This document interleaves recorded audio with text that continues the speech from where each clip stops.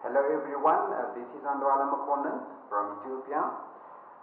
Now I'm going to present a short summary of my research on social exclusion measures.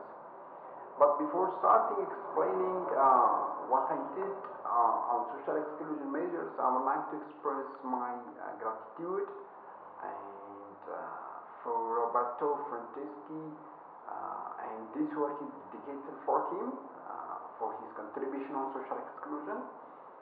And I would like to say thank you very much for giving financial support to conduct this research for Fondazione Roberto Franceschi on us.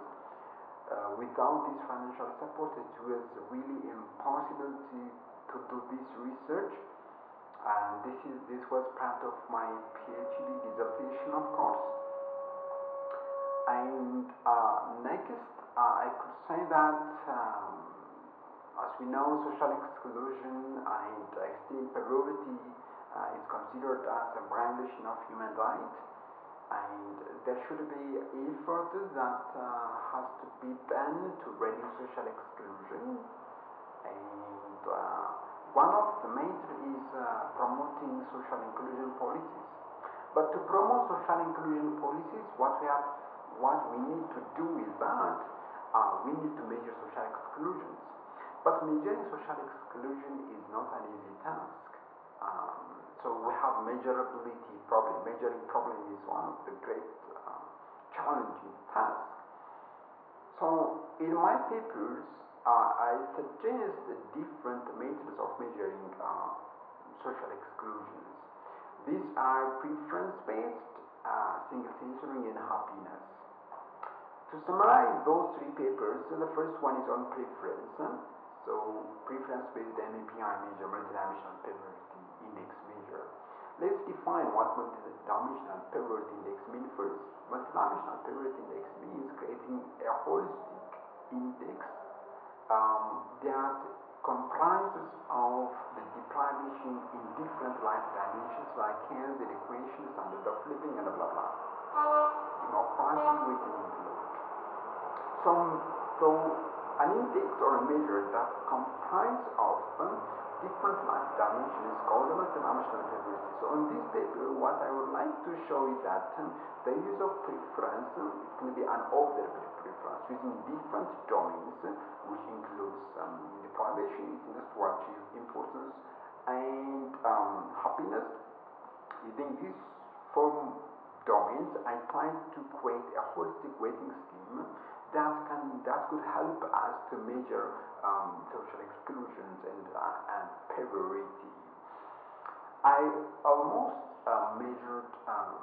suggest 7 models, and out of 7 models, I found that a multidimensional poverty model that comprises those 4 domains gives a very nice result. And using those 4 domains as well as the regression results showed that the use of preference for the estimation of social exclusion is much better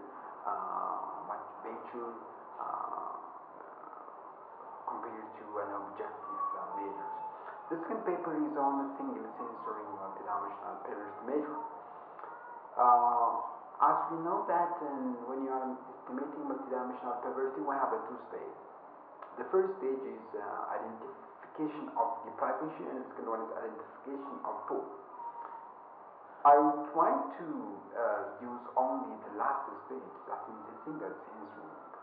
So a single sensory is advantageous in the sense that it broadens the information set of individual well-being.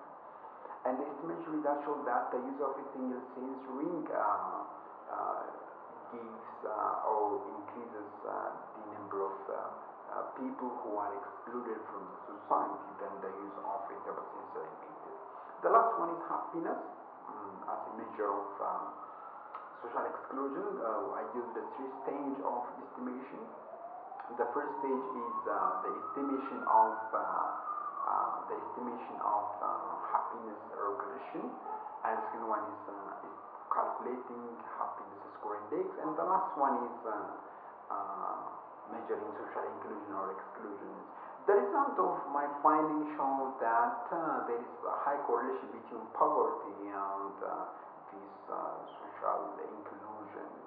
So in general, I could say that those all three papers show that how we can measure social exclusion and multidimensional poverty, and I tried to prove those models using a survey data which was collected from Ethiopia with the financial support from Roberto Franceschi, and I would like to thank for that. And this is all about my presentation. I'm very glad to be part of this network, and I would contribute all my best to this network in the future, personally, and with my firm, with my consulting and research firm, that we were working on social exclusion, poverty, and inequality in my country. So individually or with my firm, which is Landmark Training Consultancy Research, we would like to contribute to the success of Fondazione Roberto Franceschi, and